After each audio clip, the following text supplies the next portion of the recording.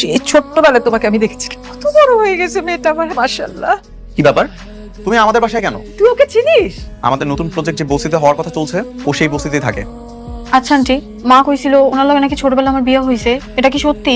সত্যি। এখন বিশ্বাস করলেন তো আমার কথা? যদি সত্যি ওর সাথে আমার বিয়ে হয়ে থাকে, তোমরা এগুলো কথা আমাকে আগে বলো না কেন? তোমার বাবার বারণ ছিল। তোমাকে আগেও বলেছি সে পুরোনো কথা ভুলে যেতে, ভুলে যাও। ভুলবে কি করে? সে তো এখন কোটিপতির বউ হবার স্বপ্ন দেখছে। এই তুমি এই মুহূর্তে আমাদের বাসা থেকে বের হয়ে যাবা, আর কখনো আসবে না। কি ব্যাপার, তুমি এরকম আমাকে দেখেও না দেখার ভান করে চলে যাচ্ছ কেন? কালকে আপনাকে বাড়িতে যাওয়ার পর যেভাবে অপমান করছেন আমারে, এরপরও আপনার মনে হয় যে আমি আপনার লগে কথা কমু? দেখো, কালকের ব্যাপারটার জন্য আমি সরি। আমি তোমার মায়ের সাথে কথা বলতে চাই, তুমি কি একটু তোমার মায়ের কাছে আমাকে নিয়ে যাবে? আমার মার লগে কি কথা আপনার? আমি সবটা জানতে চাই। কালকে তুমি আমাদের বাসা থেকে চলে আসার পর আমি আমার মাকে বারবার করে জিজ্ঞাসা করলাম, উনি আমাকে কিছুই বললো না। সম্ভবত বাবা নিষেধ করেছেন, আর আমার কাছে মনে হয় আমি তোমার মায়ের সঙ্গে কথা বলে সবটা জানতে পারবো।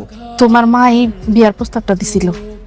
তোমার আব্বাই যদি লটারিতে 50 লাখ টাকা জিততে বড় লোক না হয়ে যেত, তাইলে হয়তো এখনো আমরা এই বস্তিতেই পাশাপাশি ঘরেই থাকতাম। আমি সরি আন্টি, এই ধরনের কোনো বিষয় আমি জানি না। ইভেন আমার মা বাবা আমাকে কখনো এগুলো নিয়ে কিছু বলেনি। আমরা গরিব মানুষ তো, আমগরে হয়তো ওনারা যোগ্য মনে করে নাই।